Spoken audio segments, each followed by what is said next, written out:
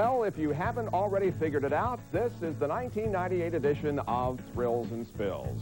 Hi, everyone. I'm Bob Jenkins, and in the next hour, we're going to show you some of the wildest rides of the year, and you'll hear some of the wildest announcer calls of all time.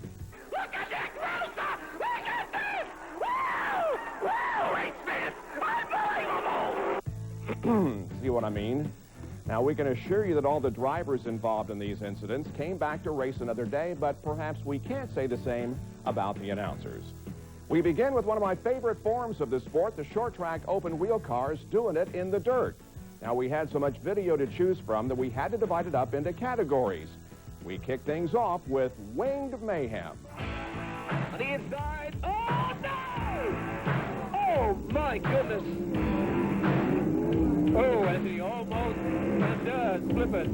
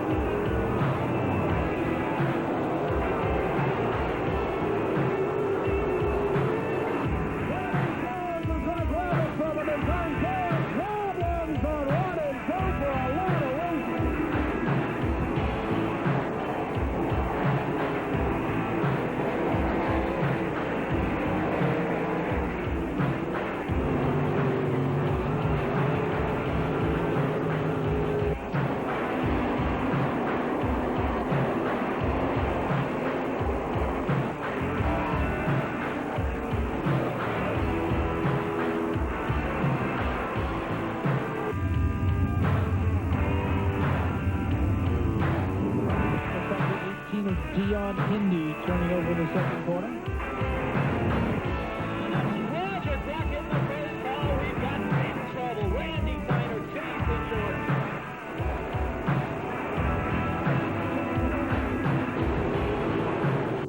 Ellie, the problem is fixed. We'll watch him come from back there deep in the field as the pace car pulls off the racetrack. And we're set to go in this 15-lapper with only the top 6 moving on to the feature event, and everybody else will be going home. And the pole sitter, Tony Elliott, did not get a good jump, Larry. He's dropped back to 2nd or 3rd now. Yes, Brian Gerster got a great start off that outside front row, moved right into the lead. This is a new ride for him. He's never run this car before, but so far it looks like he's doing okay. And we see already positions being swapped in the middle of the pack.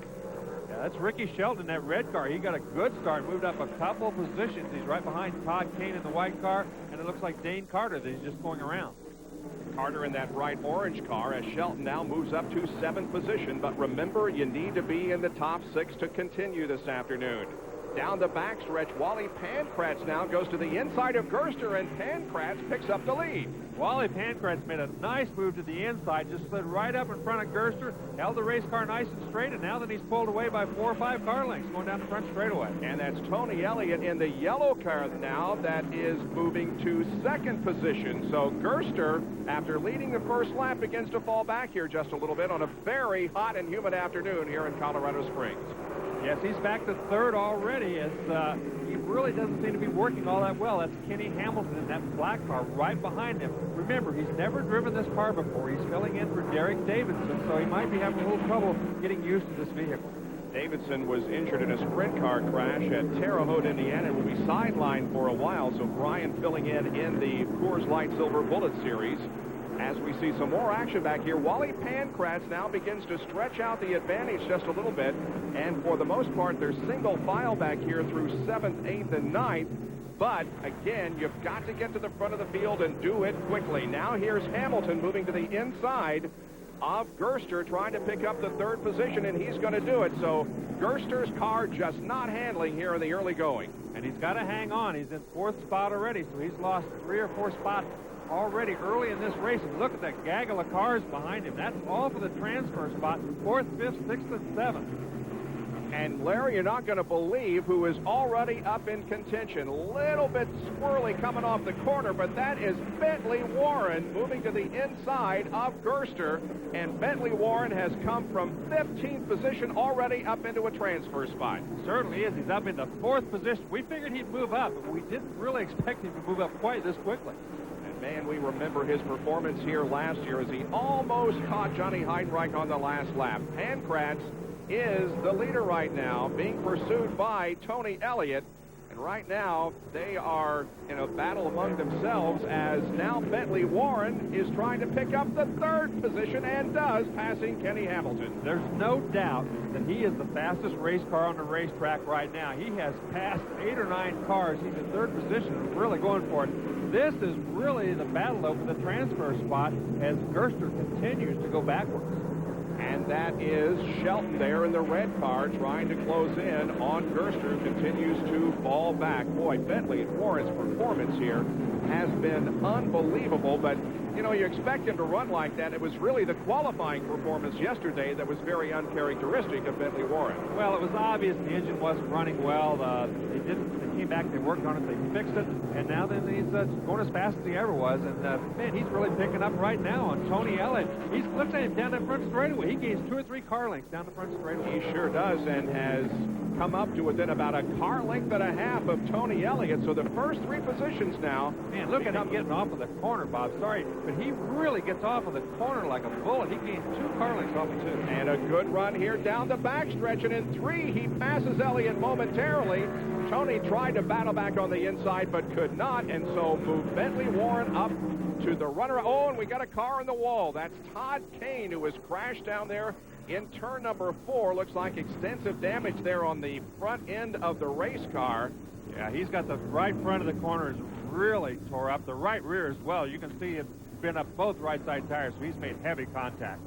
Kane was one of those trying to move up into a transfer spot, and this is how his race ended as we take a look at the replay of it. You look at the back part of your screen back there. He comes up, and right in the middle of the corner, he blew a right front tire. I almost bet that's what happened because the thing just didn't turn. He was on the brakes immediately, smoking all those tires, but the car just would not turn.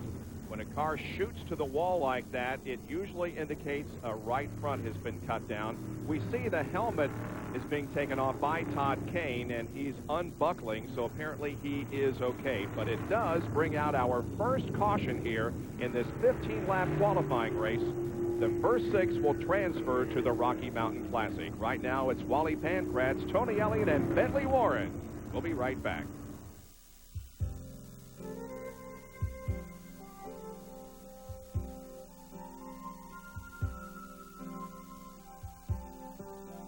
Do you like to draw, or paint, or maybe just sketch and doodle? Well, if you do, chances are you have the interest needed to become a serious art student.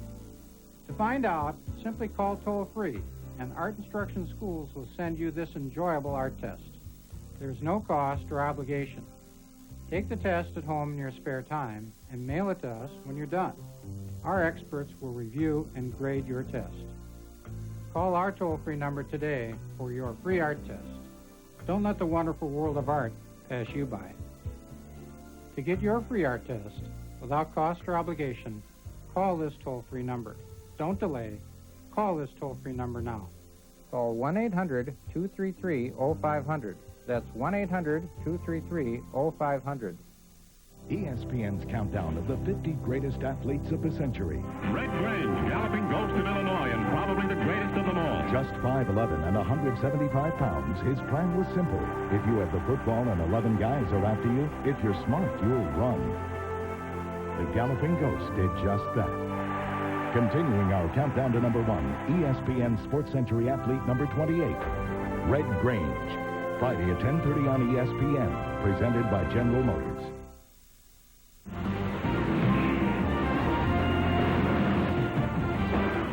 Todd Kane's car is off the racetrack. Everybody who comes here worries about running in the high altitude, and Larry has a closer look at that problem.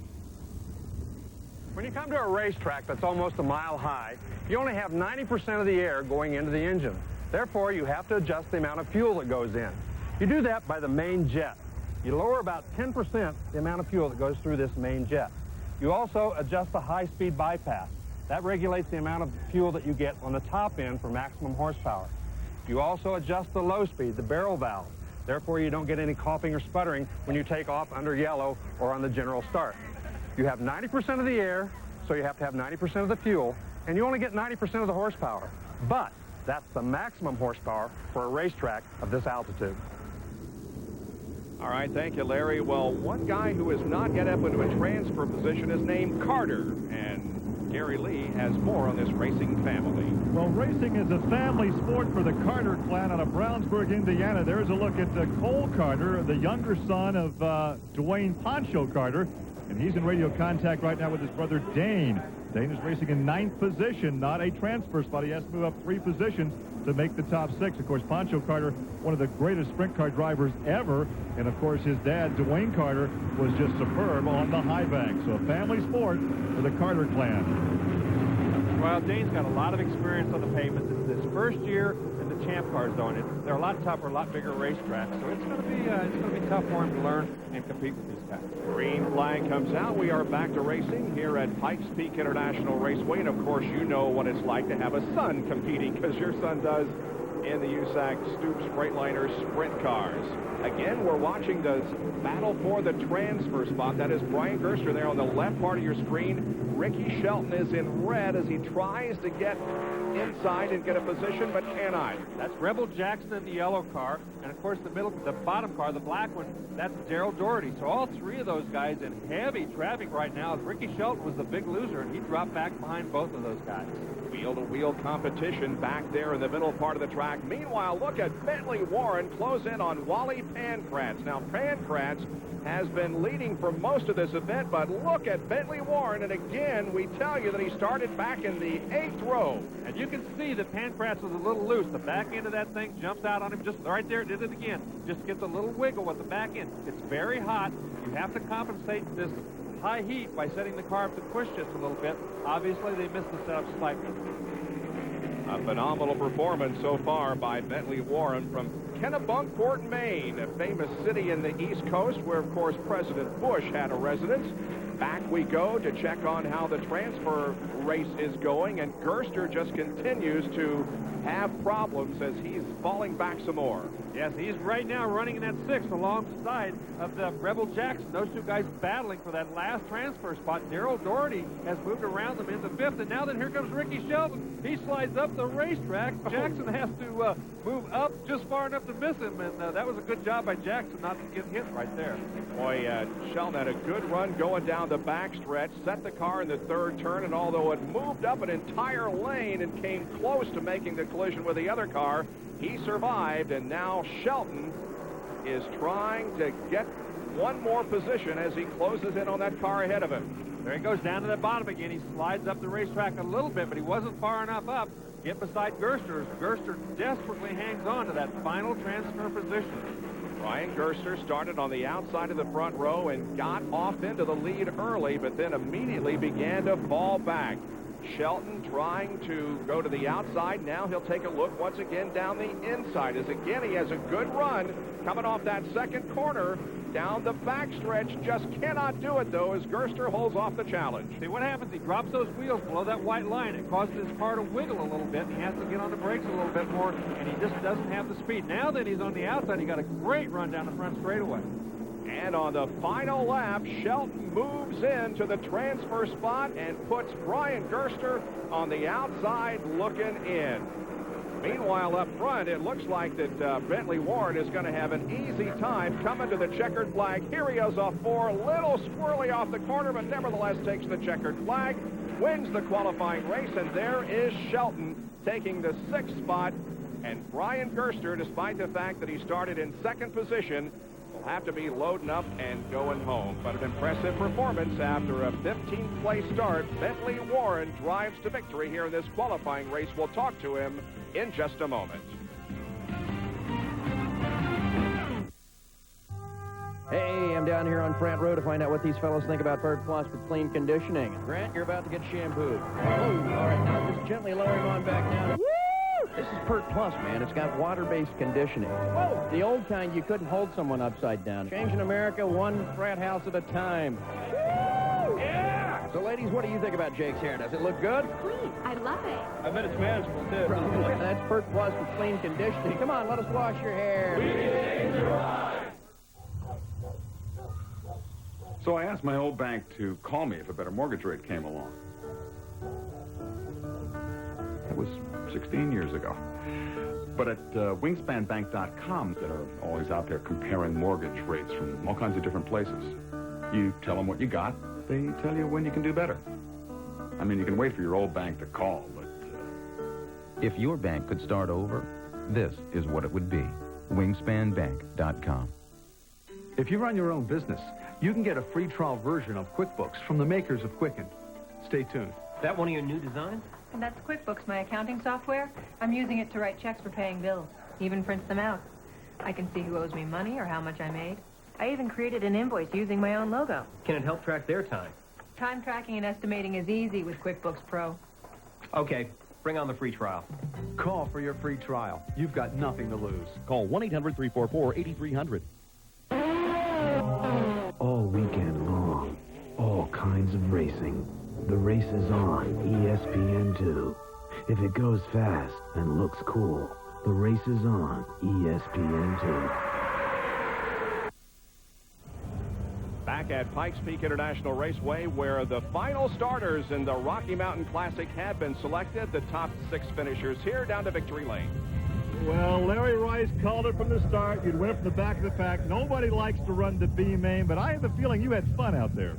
Well, it was fun running the Boot Hill car, and we hopefully we learned some stuff for the race. That's one of the things we sort of talked about this morning. We hated to run the hooligan to the last chance race, or the Conzi, whatever you want to call it, but we thought it might give us a chance to find out what the car was going to do, and I think we found some things. But in practice, you were fast enough for the first 2 or 3 rows. What happened in qualifying? We got some, either we put some bad fuel in by mistake, or we had some stuff. It's a new fuel bladder, and the fuel filter got just plugged up solid, and the nozzles were pretty dirty. But with 100 laps to go in the main event, you start at the back of the pack or in 25th position. How much can you abuse the tires going for the front early, or how conservative will you have to be? I think I don't think I could be very conservative if I want to get near the front. And, you know, at the same time, I don't want to get it out too far sideways or, you know, abuse the tires too bad. But I still got to gas the heck out of it and try to go as quick as it'll go. Well, you said yesterday you enjoy racing and riding the motorcycle, so you have 100 laps to go, then you can ride that bike. Yeah, I'll ride right down to Boot Hill Saloon, Daytona Beach, Florida. Well, at 58 years old, he's my hero, let me tell you. He's winning races and riding Harleys. What a deal. And despite the fact that he'll start in the back of the pack, we'll look for him to be a threat in the feature. Midget highlights when we come back to Pikes Peak.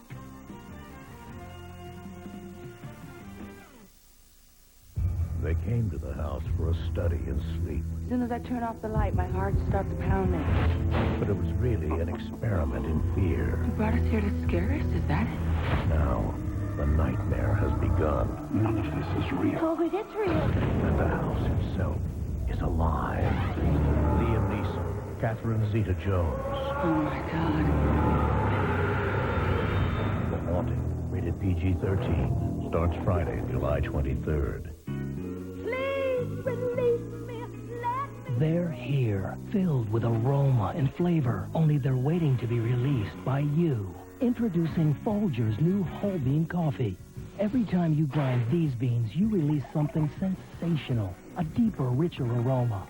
This is Arabica bean perfection in a whole different Folgers, the whole bean Folgers. New Folgers premium whole bean coffees. They're waiting.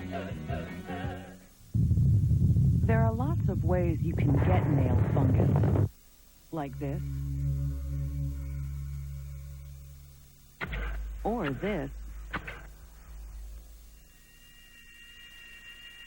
Or this.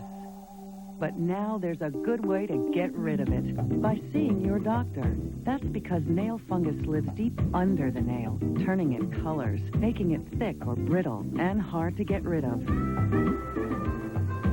But by calling this number, you'll receive a free video and learn how it may be possible to get beautiful, healthy nails back. Nails that are clearer. Nails that look cleaner. Nails you can feel better about. Because today, your doctor has effective treatments that attack the fungus right where it lives. So call to find out if you can have healthier, clearer nails. We can't help you avoid getting nail fungus, but we can help you learn how to get rid of it. Our next Thunder will be from Terre Haute, Indiana, the USAC Stoops Freightliner Sprint Car Series, beginning of Indiana Sprint Week. Well, 3 weeks ago, we were unable to complete our Thunder coverage of the USAC MCI WorldCom Midget Series at Anderson Speedway because of rain. It rained on and off throughout the evening. We completed the qualifying, the heats, and the semi, but when it was time for the feature, the rain began to pick up just a little bit. Ryan Gerster took the lead at the start, but moments later, Gene Lee Gibson and Mark Boyce were in the Turn 1 wall. After the restart, Eddie Carpenter spun and collected Jimmy McCune. Then, Boyce and Rick Treadway touched wheels in the front stretch, with Boyce nearly driving over Treadway's number 88 machine. Two cars came to a stop, stuck to each other in the first corner. Then the rain picked up, and we called it a night after only 2 laps. Weather would not be a factor on the makeup date. Once again, Gerster took the lead at the start, followed by Johnny Heidenreich and Dane Carter. Heidenreich was the first of several drivers to drop out of the race. Here he is tagging the Turn 3 wall on the opening lap. Sarah McCune was running fourth until she touched wheels with Micah Rosselli Jr. Sarah's spin brought out the first caution. A few laps later, Ricky Shelton spun into the infield grass. Mark Boyce's bad luck at this event continued when he smacked the wall after tangling with John Erb. Both drivers were done for the evening. The man on the move was Jason Leffler. He climbed up from his 8th starting spot to 3rd and appeared to take 2nd place away from Carter with this move in the front stretch, but an incident involving Shelton and Rosselli reverted Jason back to 3rd. Series points leader's evening came to an end when he lost power in front of several cars. Everyone except Michael Lang was able to check up. Carter challenged Gerster for the lead on several occasions, but Brian was able to hold him off. Carter dropped to 4th temporarily, but made it back up to 2nd. At the finish, it was Gerster, Carter, Jimmy McCune, Jerry Coons Jr., and Sarah McCune capturing the top 5 spots as only 9 cars took the checkered flag. And as a result of his problems, Jason Leffler now has only a 12-point advantage on Ryan Newman in the point standings, with Ricky Shelton in third and Jerry Coons Jr. in fourth. The fifth round of the 1999 Coors Light USAC Silver Bullet Series is coming up. The Rocky Mountain Classic from Pikes Peak International Raceway. That when we come back.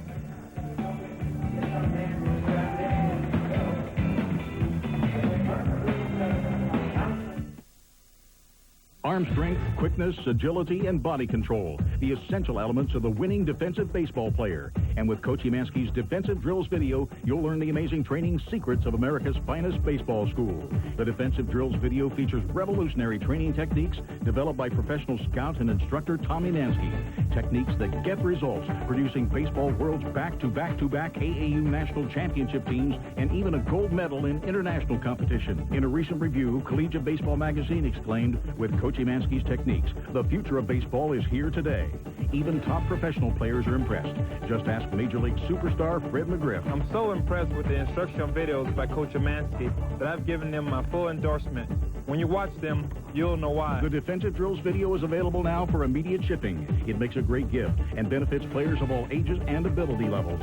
To order your copy, call toll-free 1-800-233-0500. That's 1-800-233-0500. Call now. Sarah, this is the theme that we've been working on. It says, hey, Mr. President, we could win this Women's World Cup. We really think you should come. We think you should skate to it at your next show. All right? Okay. Tell me what you think.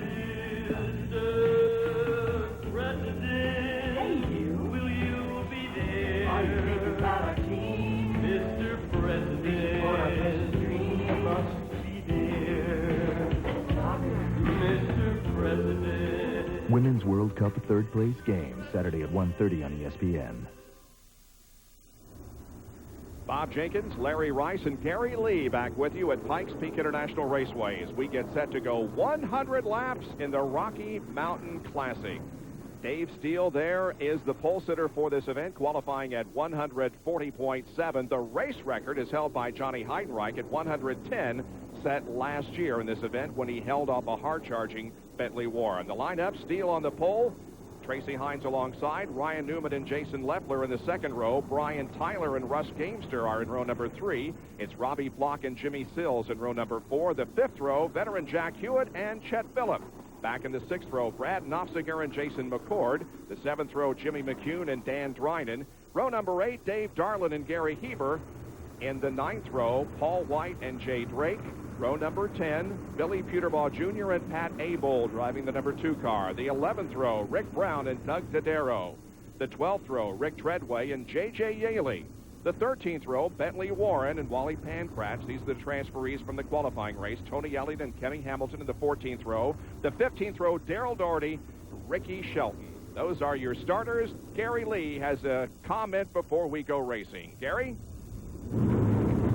Well, this is a significant race for the Racing Redhead from Langhorne, Pennsylvania, for Gary Heber, his 100th start in the Silver Bullet Series. Now, he joins an exclusive group that numbers now only 6 guys that have made 100 starts, including Larry Rice, the first to do it back in '91. Then there's Jack Hewitt, Chuck Gurney, George Snyder, and Johnny Parsons. And before the season is out, there's a look at Jack Hewitt. This will be his 135th start, a 2-time champion of this division. In fact, he's led some 31 events and has won 21. And also Jimmy Sills, before the season's out, will also make 100. He's at 92 starts this afternoon. You remember all 100 starts, Rice? No, but I remember the last one, I can tell you, because I was the first guy there, but these guys make me look like pikers now around 130. Okay, we're getting set to go racing here. Dave Steele and Tracy Hines in the front row. Ryan Newman and Jason Leffler in row number 2. Here comes the green flag, and the Rocky Mountain Classic is underway. And once again, Larry, we're seeing the pole sitter get off to a terrible start, just like we did in the qualifying race. Steele is already back to 4th or 5th. He fell way behind. He got a lousy start. Paul White in that white car just went through your screen. He got a terrific start. He gained about 6 spots on that start. But the question is, did he pass before the green came out? We'll let USAC decide that. We're on board with Brian Tyler here.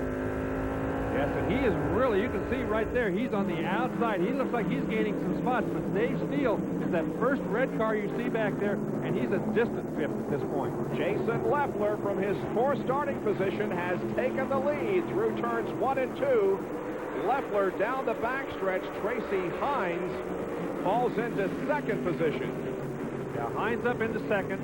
These guys are really battling. These first 4 cars have pulled away just a little bit.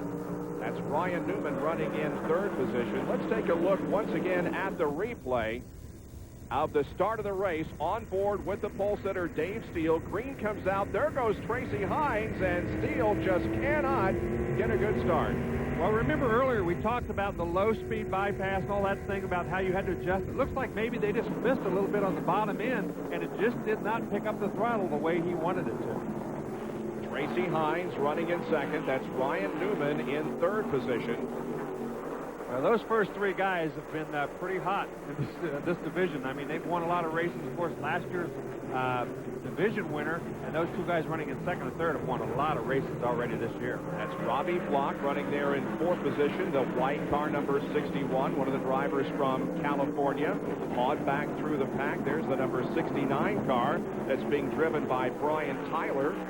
And he's trying to get around Russ Gamester. He's tried the last couple of laps. So far, Gamester seems to be able to hang on to that spot, though. Back up front, it's still Jason Leffler leading Tracy Hines by 4 or 5 car lengths, and then Ryan Newman in the third position.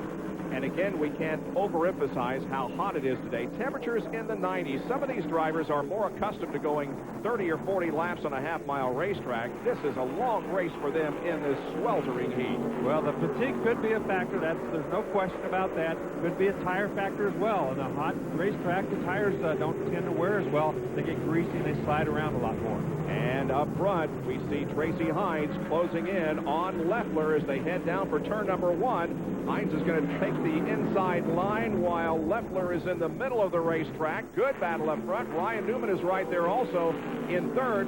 Leffler holds him off, but now Hines looks to the outside down the backstretch. Nothing going on there. He does have a pretty good run, though, going here in the third corner. Well, because this racetrack is a D shape, the front straightaway isn't straight. It's a big curve. You can get into this corner low, but you have to cut your momentum. You have to make a sharper corner in the middle. There's what Tracy Hines does right there. He gets in well in the bottom. Right there where he has to make that sharp left-hander, he doesn't keep up the speed, and it allows the car on the outside to maintain the momentum down the back straightaway. And now Hines feels the pressure from Ryan Newman, who goes to the high side of the racetrack. Good 3-car battle here. Up front, off the fourth corner, on to the front stretch, and this time, Hines looks like he's got a good run and may be able to pass Jason. You get up there far enough so you can slide up in front of the guy and kind of keep your momentum up, which he does right there, then you can make the pass. If you stay side by side and you have to make a real sharp left, you don't get the speed down the back straightaway, which is what you have to have. And so Tracy Hines puts himself out front. Ryan Newman still running there in the third position, and Robbie Block is in fourth. But Hines has put himself up into the lead, making a really nice move on Jason Leffler in turn number 1. We'll take a break and be right back with more. 9 out of 100 laps completed here at Pikes Peak.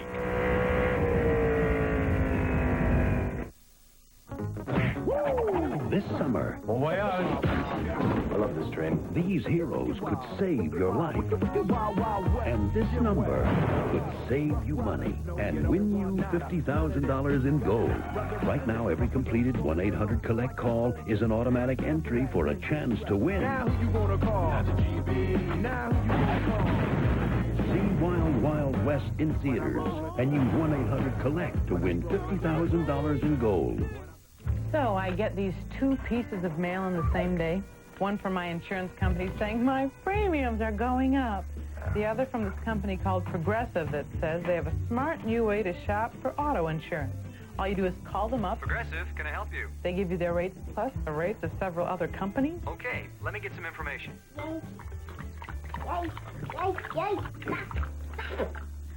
Now, excuse me if I sound cynical, but I wonder whose rates are going to be lowest. Wait, yours isn't the cheapest?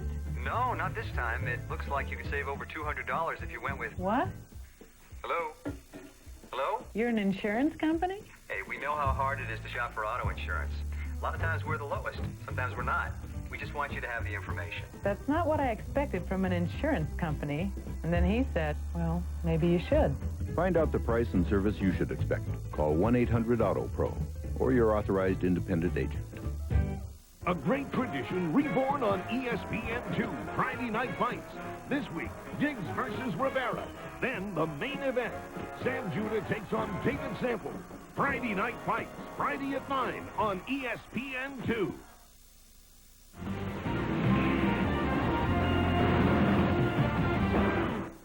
ESPN's Thunder Series at Pikes Peak International Raceway. We are on tape, and that's great because all we have to do is just dip to black, as they say, come right back up, and you don't miss a thing. And here's the battle for 10th position.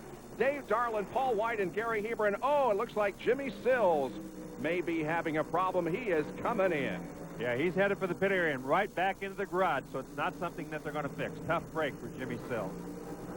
Meanwhile, looks like Robbie Flock now has taken third position from Ryan Newman. Newman had held third position literally since the green flag came out, but now Flock had it, but look at Newman battle back on the outside, unable to retake the position, however. Well, Robbie Flock has had some bad luck. I mean, he's been very, very fast all the time. They call him prime time Robbie Flock because he's always up front, you know, getting the headlines. But he's had some bad luck. He hasn't been able to finish as much as he wanted to this year. And right now, though, he's right up front doing what he usually does. And certainly things aren't going well for Dave Steele either. He's that red car right behind Newman and Flock. And we had an onboard camera shot just a few moments ago. It looked like there was quite a bit of vibration from that car, so that is there it is again. That's one of the things that is plaguing Steele's effort here this afternoon. Well, that's not a good sign. There's obviously some sort of a problem, or that camera would be shaking around like that, and it doesn't speak well for what might happen in the future. Right behind Dave Steele is Russ Gamester in the other red car.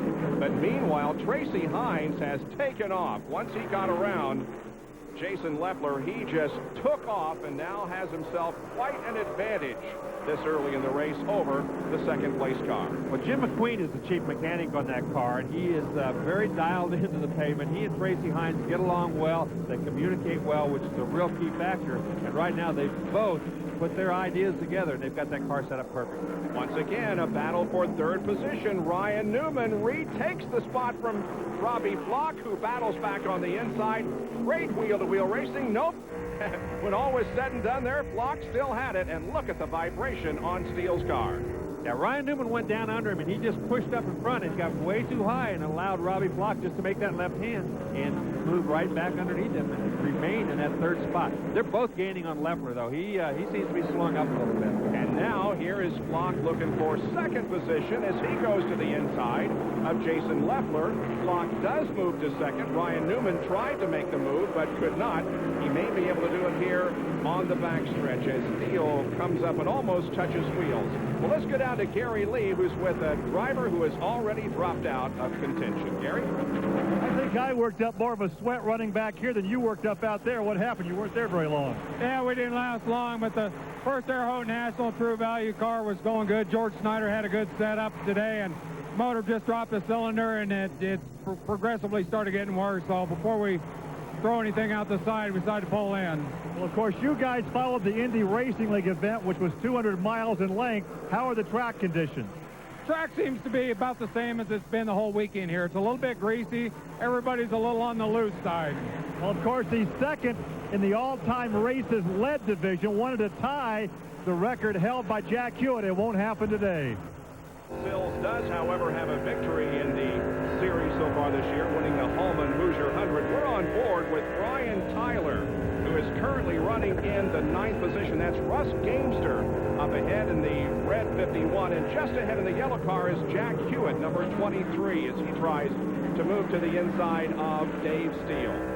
Yeah, Jack Hewitt's got around a couple of cars here in the past few laps. He's started to finally get in the groove here a little bit, and it looks like he's pretty quick out there right now. Give Jack Hewitt a race car and put him on any kind of surface, whether it be dirt or pavement, and he is a contender. There's Brian Tyler closing in on Russ Gamester as he tries to move up another spot, coming off corner number 4. Oh, boy, they made contact right there. Very lucky that something worse than that didn't happen, as he just moved up the racetrack, and Chet Phillip takes advantage and goes by both of them. Chet Phillip and the yellow car able to get by both of them. Well, you wonder now whether there's serious damage to either one of those cars. Probably would be Tyler, since he's the one that had the front end contact.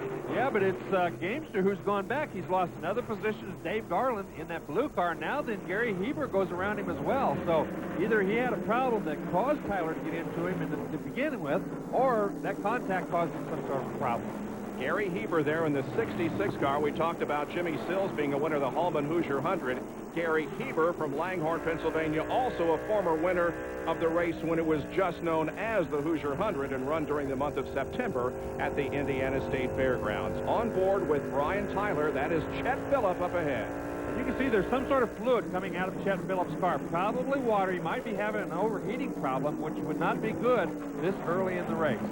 Dave Darlin in blue, Gary Heber in the red and orange, and yellow number 66 as they battle for position. Boy, this field is very, very close. As you can see, there's about 5 or 6 cars there, all within a couple of car lengths of each other. And those guys are all front runners. These guys are not the guys in the back. These guys are up there in 4th, 5th, and 6th position. Now it's Chet Phillip moving to the inside of Dave Steele.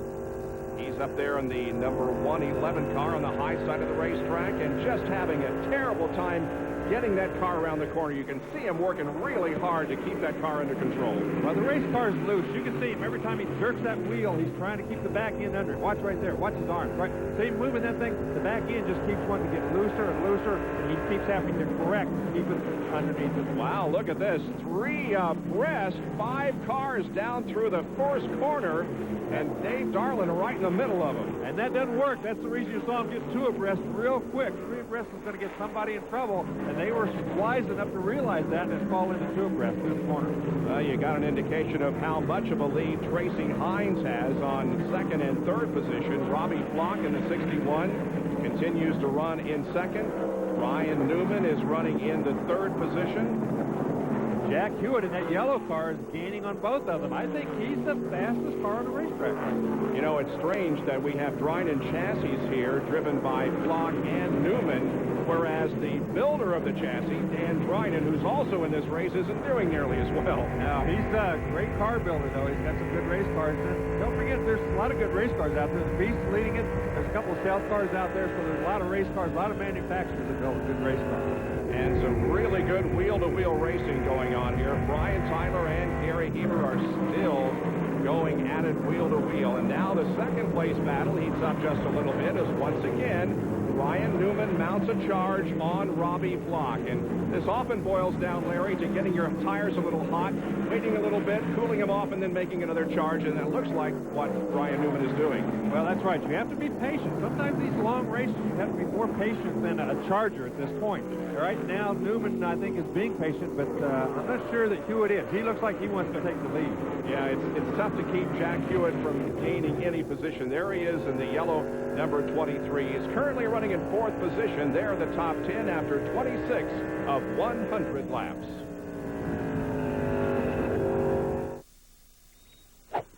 Pikes Peak International Raceway. Again, you haven't missed anything as we've watched this battle for 2nd, 3rd, and 4th position. And Billy Puterbaugh is going to take it behind the wall in the car, by the way, that Johnny Heidenreich drove to victory here last year. We're on board with Brian Tyler, our CarQuest cage cam with the action.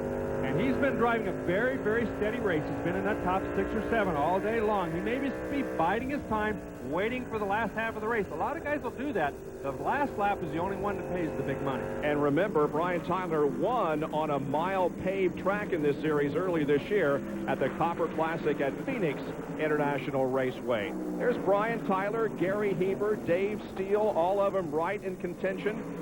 Also, Brian Tyler was in that, but up in the 2nd and 3rd position. The battle continues between Robbie Flock and Ryan Newman, and they have been going at it literally all race long. And Ryan Newman just has a groove of his own on the outside. He's been running a very, very high line all day long. It allows him to really keep up a lot of momentum. I'm not sure whether that car is a little loose or whether it's pushing, but for some reason, he's got to run it out there to keep it freed up and drive it the way that he wants it to go. And the guy watching this battle in front of him is Jack Hewitt in that yellow number 23 car. And, of course, Jack Hewitt is still in ecstasy, having made the Indianapolis 500-mile race back in 1998. Side-by-side action here, but second, third, and fourth is the place where the real activity is. Yeah, Jack Hewitt is really, really quick at this point in the race. He's been gaining on these guys. Now he's caught up with Robbie Block, who, by the way, is not losing any ground to Ryan Newman after Newman got around him. So all three of these cars extremely quick, but as you notice, the leader is nowhere in sight. He really has that thing on cruise control. That's right. The leader of the race is Tracy Hines, and he's just checked out. There's no activity up front where he is. This is where the action is, and this is where our cameras are. Jason Leffler, remember, he was once up front, but now has dropped back significantly. That's the battle for 10th position, and he's battling with Dave Darland. Yeah, Dave Darland is going around him, so Jason Leffler definitely has a problem, and he just moves back one by one. And that race car looks like it's just very loose. Look at that thing. He just oh, you can see. Look at the right rear tire. There's a stripe down that right rear tire. That's not a good sign. Russ Gamester is the car now running right beside him down in turn number 1. Yeah, it looks like that Leffler definitely has tire problems. Oh, there's the smoke. He's really smoking that thing, and it's way too early in the race. And you can see that black groove right down the center. He's got a blistered tire, and it's just going to get looser and looser. He's going to have to come in probably. There is Tracy Hines, the leader of the race, as he comes up on lap traffic already. Boy, he's setting a blistering pace here this afternoon, but he has just pulled away from the other contenders. There's an idea of how far it is, almost a full backstretch back to second, third, and fourth. And now Jack Hewitt takes a look to the inside of Ryan Newman. And Robbie Block has gotten back around Ryan Newman as those two guys have battled all race long. This is their best chance, though, to fall in line and catch up with our leader. While he's in lap traffic, they're not going to catch him in an open racetrack. They need to just follow one another and get back up there with him so maybe they can have a chance to pass him. Well, we got a couple of veterans here in Robbie Block and Jack Hewitt, and a relative newcomer, but certainly Ryan Newman has shown his colors, so to speak, in 1999. Larry, assess, if you will, the performances we've seen from Ryan Newman so far in 1999. Well, you call him a relative newcomer, but he certainly drives like a veteran. I mean, he has won a lot of races. He doesn't get rattled when people come up and bang on him a little bit, just like right there. You know, you've got a guy like Jack Hewitt underneath you. He's sliding up. He's trying to get you to move over a little bit. Ryan Newman doesn't take heed of that sort of thing. He drives his own race. He drives the car to its maximum every time he's in the car, and that's what you have to really like about that car. On board here with Dave Steele as we look back on Russ Gamester, driver from Peru, Indiana, as they battle for position, and looks like that Gamester is going to be able to go to the inside and take another spot away from Dave Steele. We watch him maneuver through the corners, and he does have a handful. Yeah, you can see he's working that car pretty hard. That True Value car has got everything that he doesn't want right now. He's sliding around quite a bit. And high hopes going into this race, starting on the pole, but drop back quickly. Once again, we see this three-car battle for second and third position. Now Ryan Newman to the high side of Block, and Ryan goes to second. Ryan Newman and Robbie Block have traded that position about 3 times in the last 10 laps. And it's all because Ryan Newman leaves that inside open all the time. And Robbie Block gets in there and takes advantage of it once in a while. But they just keep going back and forth. And once again, Robbie Block goes to the inside. And he's got a slower car up ahead of him, but it doesn't seem to be stopping it very much. They go through the entire corner, wheel to wheel, and down the backstretch. Well, this time it looks like Newman's going to get the best of him as Block has to give way that inside to Tony Elliott. Now, Elliott moves up. He almost moved Newman out into that gray stuff, and you don't want to be out there in the marble. Tony Elliott, one of those who transferred into the feature race from the qualifying event, has not been on his game here this afternoon. So while we continue to watch this battle for second, third, and fourth position, let's go down to Gary Lee, who has a report on the chassis in this race. Gary? Well, looking at the chassis breakdowns this afternoon, we had 18 Bs, 4 Stealth, and 5 Drynens. So in the top 4 right now, we have 2 Bs, 2 Drynens, and running in this spot, car 777, is Chet Phillips in a car he calls a Tex-Mex chassis. Of course, he is from Texas, and this is a one-off chassis, so only one Tex-Mex chassis in the entire starting lineup, and he right now has it in 5th spot. And I would hesitate to call this car ugly. It's just different, isn't it? Well, some people would call it ugly, I think, but it's fast, and that's the most important thing. And Jason Leffler, who we saw smoking that right rear tire a few laps ago, has finally come in for a tire change. So Jason is going to lose a couple of laps here in the pit area. Now we see Chet Phillip in the yellow number 777 on the high side of Gary Heber as they battle for the 5th position. That's right. Elliott is a lap down. He's being lapped by both of them. Chet Phillip won the Little 500 earlier this year. That's the first time he's won that race, and that's a very grueling race, so I don't think the heat's going to bother him that much today. And, of course, Chet Phillip was in a couple of Indianapolis 500s, but in most recent years has concentrated in the sprint cars and the Coors Light Silver Bullet Series. We saw Jason Leffler in the pits just a few moments ago. Let's go down there and get a report from Gary Lee. Standing here with Bob East, the builder of the Beast chassis, and they just had a blistered tire off of Jason Leffler's car. Now, Bob, that's very unusual, a blistered tire this early in the race. Yeah, he was tight and had to shake it loose. And we just got it real loose a couple times. That was out. So the defending Silver Bullet champion will be out of contention for a win here at Pikes Peak. Almost half the race completed. Tracy Hines leads Ryan Newman, Robbie Block, Jack Hewitt, and Chet Phillip. There is the interval that he has between himself and the second place car. So at the moment, Tracy Hines has everything to his liking. Basically, Larry, when he got the lead, he took off. Yes, and he really hasn't extended that lead, but he's maintained about that straightaway or half a straightaway lead almost the whole race. And you can see that he runs that race car very straight. It's a little loose there, but he runs it free enough that he keeps it straight, and that's what he's trying to do. Don't abuse the tires. Keep that thing out of trouble. There's third and fourth, Robbie Block and Jack Hewitt, and just ahead of Block is the second place car, driven by Ryan Newman. He does have a slower car between himself and the third place machine. Right now, Ryan Newman is trying to catch up, but Gary, apparently there is a problem with that car. Tell us about it on pit road. Well, young Ryan Newman, who leads the point standings, has had a torrid battle for second place with Robbie Block. I went down to the crew and I said, is this damaging the tires? They said no, but the problem is we've lost our stagger. The car is now tight. The car is starting to push. So Ryan, who's leading the points, will have a handful as this race progresses. Well, that must be why he's run that high line. I think he must have lost that stagger fairly early because he's been running that different line than everybody else. But it seems to not really slowed him down all that much. Yeah, he's been able to stay ahead of Block and Hewitt now for the last few laps. We saw all three of them really having a heated battle there for a while, but now it's calmed down just a little bit. Although, just as I say that, here comes Hewitt mounting another attack on Robbie Block. Hewitt to the inside, looking for third position as they come by the main grandstand. Oh, a little sideways there going into the corner, but Hewitt got the job done. Well, he got those tires down inside that white line and got him a little bit sideways, but I think Block has also gotten a little loose, and he's slowed up a little bit, too. There is Chet Phillip. And the 69 car, driven by Brian Tyler, is there in a battle on board with Brian Tyler now with the CarQuest cage cam. This is the battle for 5th position.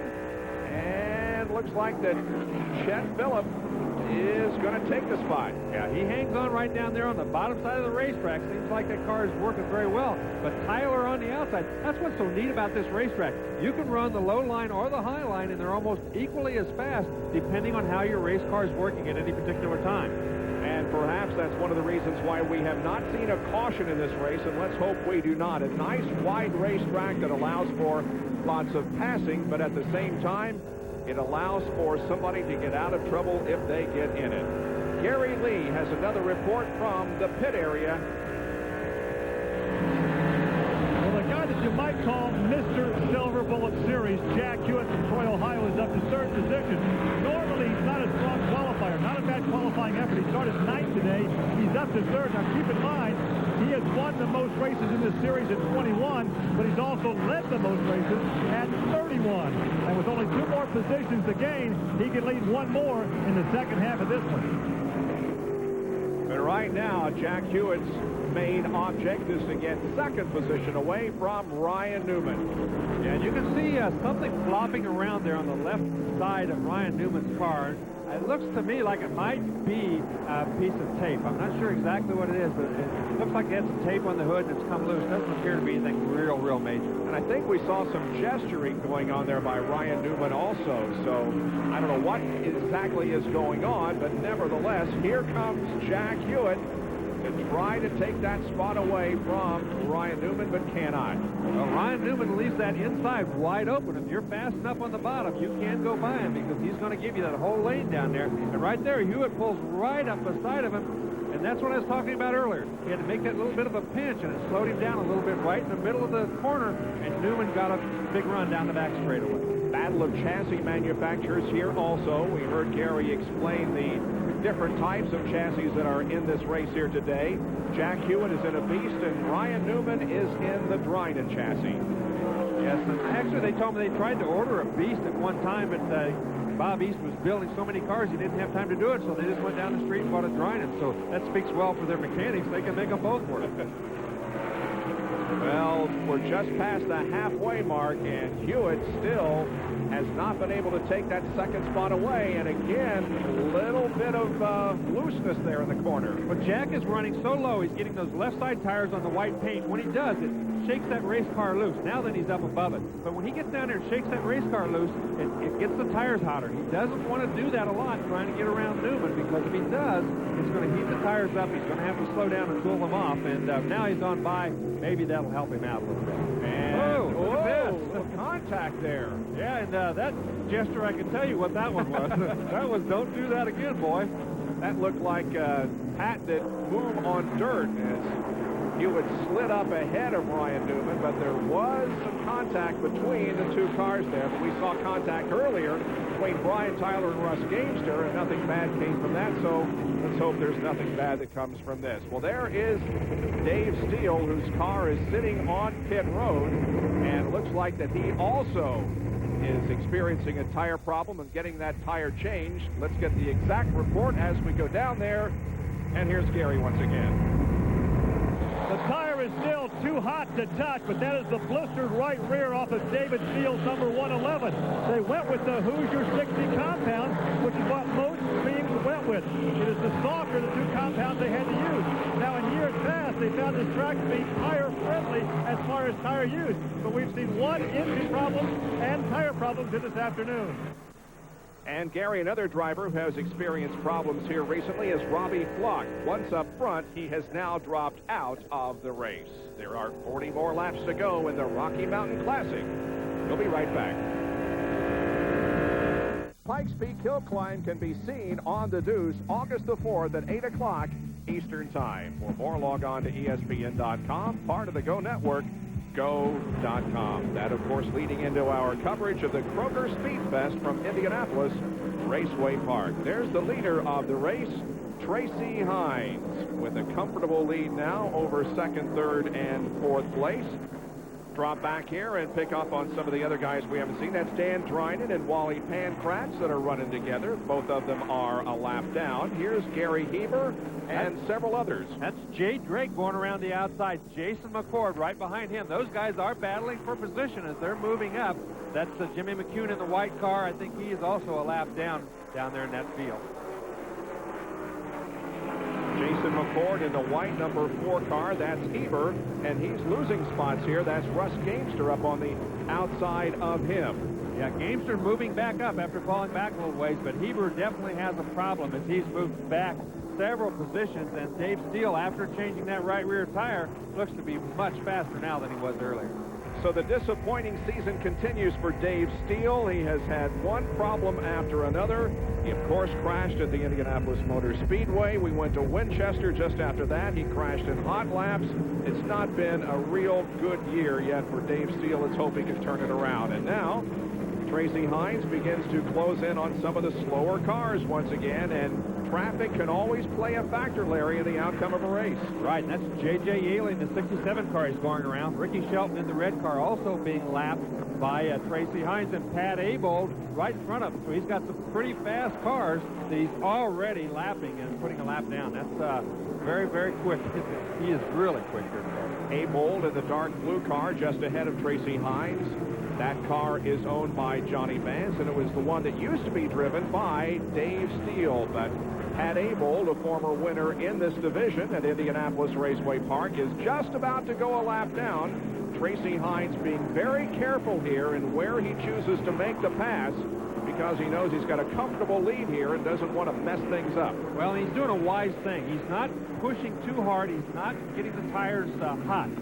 He is really, really making a smart move here. He's going to wait until he gets the right place to go around, because he does have such a huge lead. The other thing is, there has not been a yellow, so that everybody's tires are getting a little bit on the hot side right now, so everybody wants to really be careful. Are you surprised that we have gone this far without a caution period? I mean, speeds are quite high. The racing has been side by side, and yet everybody's been clean.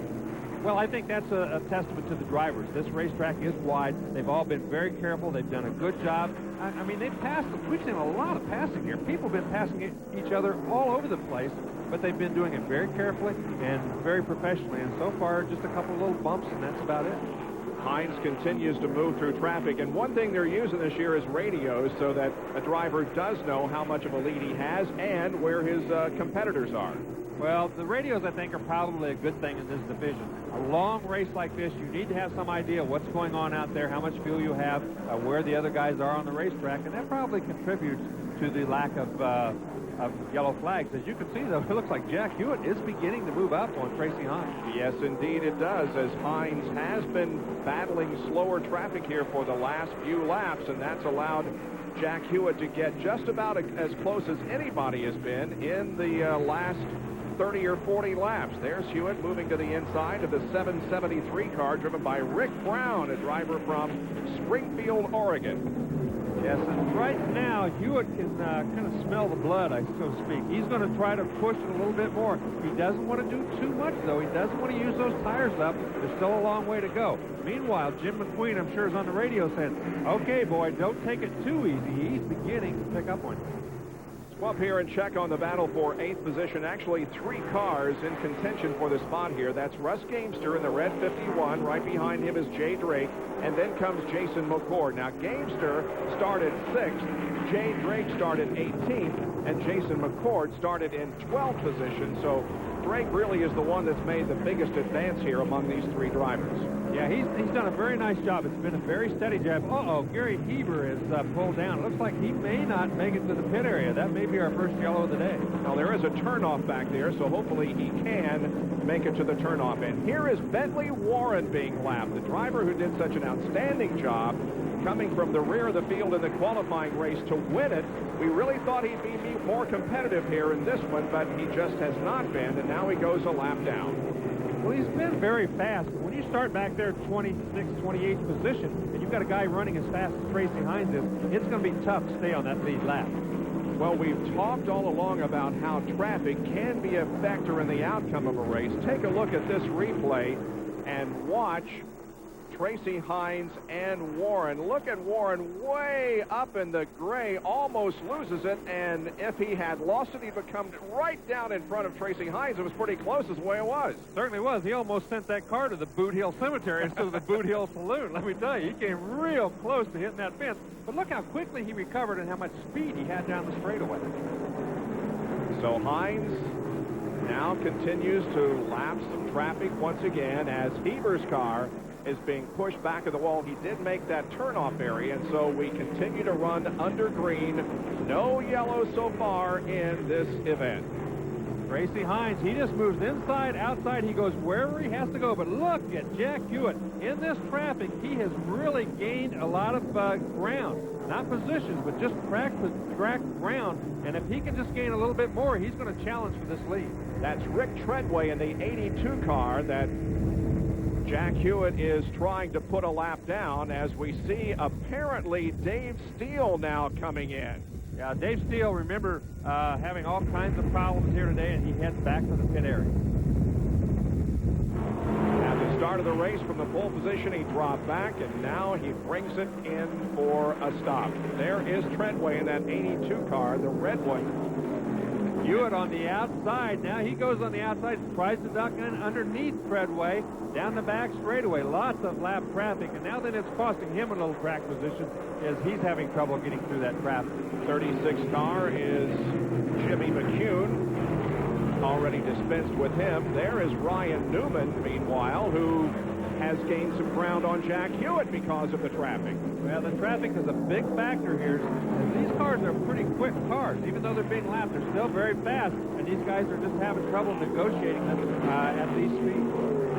So while Tracy Hines leads here, it's still a good battle back of him for second, third, and fourth position. Jack Hewitt running in second. Third position belongs to the number 14 of Ryan Newman.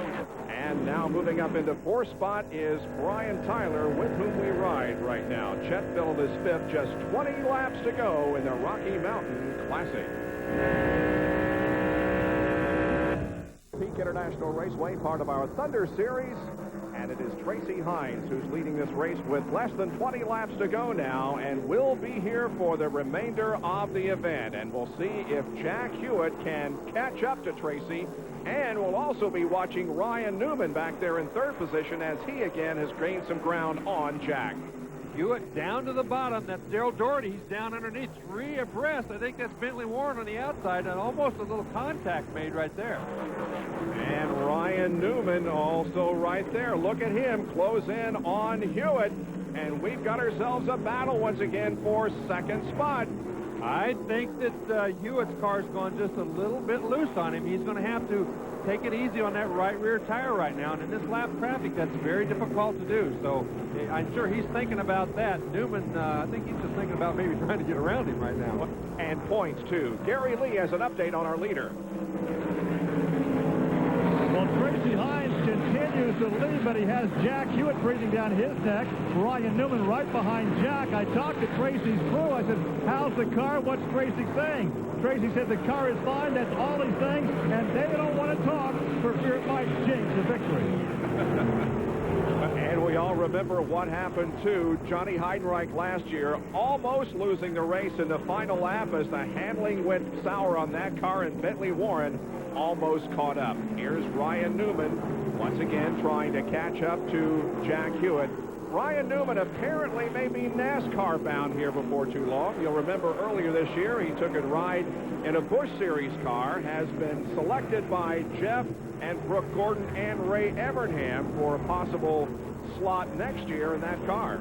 Well, that's a great break for him, and that's always been his goal. He's told us several times that's what he wants to do. Sometimes the IRL guys don't like that, but he's never wavered. That's what he wants to do. You know, Ryan also took a ride in a Pep Boys Indy Racing League car last year. Here's the battle for ninth place. Jay Drake and Jason McCord. Now, both of these guys are a lap down to the leader, but they're still in contention for the position here. Yeah, they're still running in the top 10, and they still are battling each other pretty hard, and have been actually for about the last 20 laps, as Ricky Shelton once again is going to go another lap down to these guys in that red number 98 car. Has not been a good day for Ricky Shelton. Had to get into this race through the qualifying event and has been pretty much off the pace all race long here in the 100 lapper. Jason McCord now to the inside of Shelton and makes the pass. Now sets his sights once again on Jay Drake. Here's Hewitt and Newman once again, and looks like Ryan's about to take a shot at him again. And look at Bentley Warren back there. He seems to be as fast or faster than either one of those guys right now, although he is a lap down because of starting so far back, really. Well, remember, and he also got way up out of the groove a while ago and lost positions there, but once he gathered it in, he's been as fast as anybody else. Newman now looks to the high side of Jack Hewitt down the straightaway into turn number 1 in the battle for second position. It's all a battle of momentum through turns 1 and 2 on the outside. Can he get enough momentum down the back straightaway to get in front of Jack Hewitt? It looks like he might lead him in, but I don't know whether he can lead him off. Hewitt is faster down here in 3 and 4. Jack Hewitt from Troy, Ohio. Ryan Newman from South Bend, Indiana. And Ryan Newman has second spot. Yeah, he did a great job just running that outside group. And that's where he's run, I'd say 80% of this race, way up high like that. And he really had to work hard to get around Jack Hewitt, because Hewitt doesn't give up anything easily. But again, in addition to working very hard here in the last few laps, there was a period where Ryan was very, very patient. kept Hewitt in sight and then mounted the charge here in the late going. Well, I think Hewitt probably, you can see him wiggling just a little bit off the floor. I think his right rear right now is, it hasn't blistered it, but it's very hot and it's getting just slicker and looser as the race goes along. He's wiggled a lot more the last 5 laps than he did earlier. So the laps wind down here at Pikes Peak International Raceway in the Rocky Mountain Classic. Tracy Hines is the leader, and now we're seeing Ryan Newman drive away from Jack a little bit. As a matter of fact, Bentley Warren looks like he's going to do battle with Jack Hewitt here for a while. At 58 years old, you wouldn't think the heat would bother him. I mean, we're in the mid-90s. It's hot in that race car, and he's still running as fast as the leader. Bentley Warren is in 8th position, the first car not on the lead lap. 7 are on the same lap as the leader. You can see he doesn't work quite as well. He likes that high line, but he gets a little bit of a push when he gets up there in that high line, and maybe that's the way he wants to drive that race car. On board with Brian Tyler. And he's done a very nice job in that race car today. That's Jimmy McCune, and he's coming up on. He's going to put him a lap down. But he's run a very, very steady race. He started back in about 8th or 9th spot, steadily moved up. Now he's in 4th and seems to have that position well in control.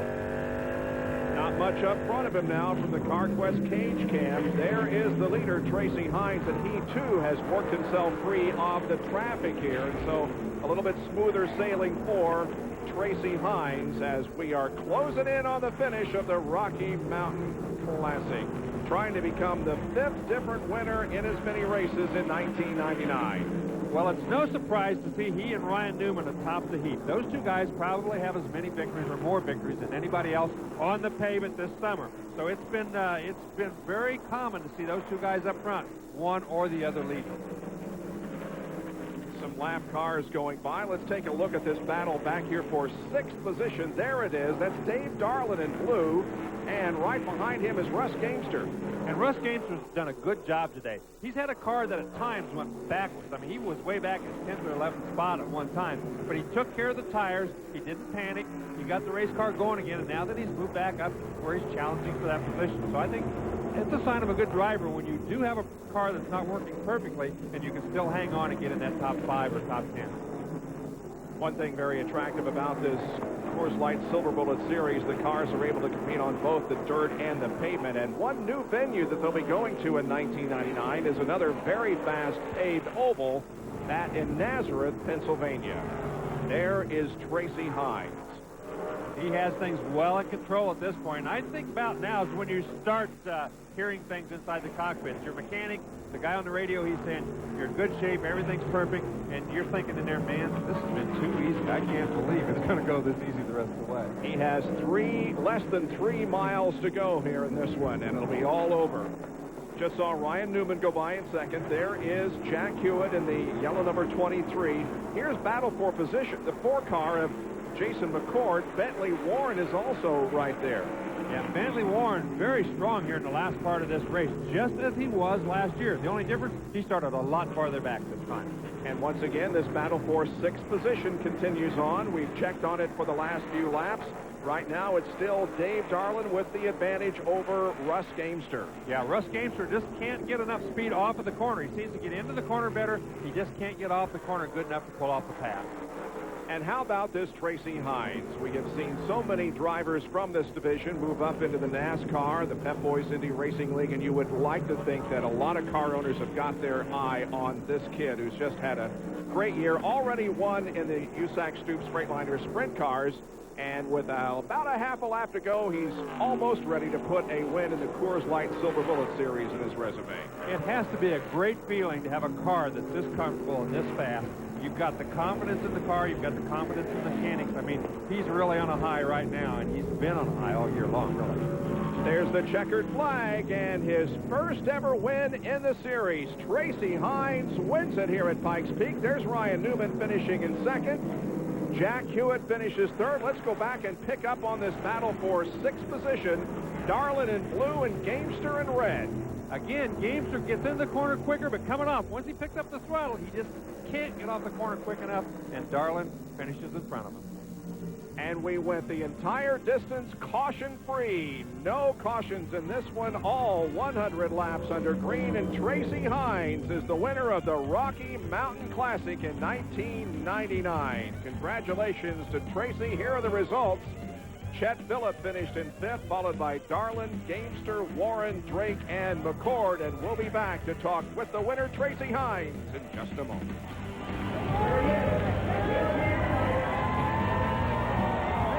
For the final results, Tracy Hines wins over Ryan Newman, Jack Hewitt, Brian Tyler, and Chet Phillip. Let's go down to victory lane. Here's Gary Lee. Tracy, congratulations. You are working on a dream season, your first win in this series. Yeah, you know, we had 4 seconds last year. We started the year out of second this year. And right now, I just got to say, there's two people I got to thank, God and Jim and Queen. Right now, they're pretty close to the same, because this car was perfect. I mean, it just ran flawless. Donnie Ray Everett, before he passed away, built me a heck of a motor. M&M freshened it up, but Donnie Ray did all the heads on it. And I mean, the combination was just flawless. Hoosier tires were absolutely perfect. We went with the softest tire they had, and we still finished with plenty of tread left. Well, it talks about the great chassis setup, because some other drivers that began on the same compound blistered their right rear. Yeah, you know, I have 2 weight jackers in here. I have 2 shadow weight jackers, and I just kind of, I can adjust with the car. What we do when we put a fuel load in it, we raise it up with the weight jackers, then I can adjust through. And the car got tight at the beginning, so I loosened it up, then it started getting loose, so I tightened it back up, so I know quite a bit about chassis myself, so it allowed me to adjust the car from the cockpit. You told me after qualifying, you qualified straight. You weren't concerned about David Steele because he was slipping and sliding in qualifying.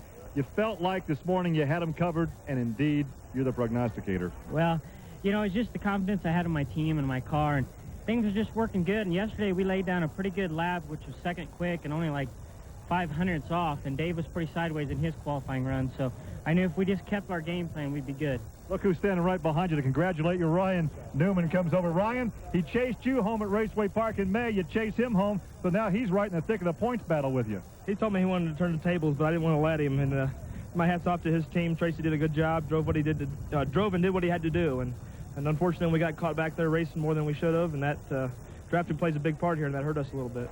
Well, take a look at these 2 young guns. Doggone it, USAC's going to lose them to probably NASCAR, I'm guessing. But a couple of drivers with very bright futures ahead of them. Here are the final results. The top 10, Hines, Newman, Hewitt, Tyler, Phillip, Darlin, Gamester, and Bentley Warren came back to finish in 8th position. Rick Treadway finishes in the 11th position. He's the highest finishing rookie, down to Dan Dryden, who finished in 20th.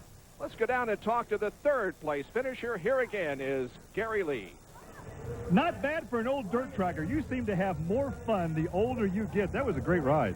Well, you know, Jack Steck and the boys had the car set up perfect, and they made it fairly easy. You know, I think we had a little more gear so we could come off the corners better, and that way the old man didn't have to hold on down in there. Yeah, but, you know, you're showing these young kids something. You qualified, I think, 9th, but had a good, steady ride throughout, and now you really put yourself back in the thick of another championship ride. Well, I don't know. We've had a little bit of motor problem early on in the year, and, you know, it's 15 races long, and I think this is number 5, so I'd say we're not out of it yet. Great ride. Congratulations. Thank you. Not out of it by any means. Jack Hewitt is 8th in the point standings. Ryan Newman extends his lead by 33 over Russ Gamester. Back down to Gary with Brian Tyler. You never know what the race driver has until you talk to him after the race. And, Mr. Tyler, you say you didn't have such a great car there at the end. No, we didn't. The motor just the full race was getting sicker and sicker and sicker. You know, it started out with 70 pounds oil pressure, and by the end it only had about 35. So, you know, it felt like it was running on about 6 cylinders most of the time. And, you know, the big thing was just keeping the car freed up, keep my momentum up, you know, and try to salvage out some points. And you gave us some great in-car camera shots, some good tight racing out there. You know, I can only believe that with a healthy engine, you could have challenged for this victory. Yeah, I think we could have been a contender. You know, that's part of racing, and, you know, we'll come back next time, and hopefully we'll be in the winner's circle. Well, we'll see you next at IRP. We'll be there. Brian carried one of our onboard cameras, courtesy of CarQuest. For your local store, call 1-800-492-PART, CarQuest Auto Parts. Coming up next on Thunder, the USAC Stoops Freightliner Series, the sprint cars at the Action Track in Terre Haute, Indiana, on July the 21st at 9 o'clock.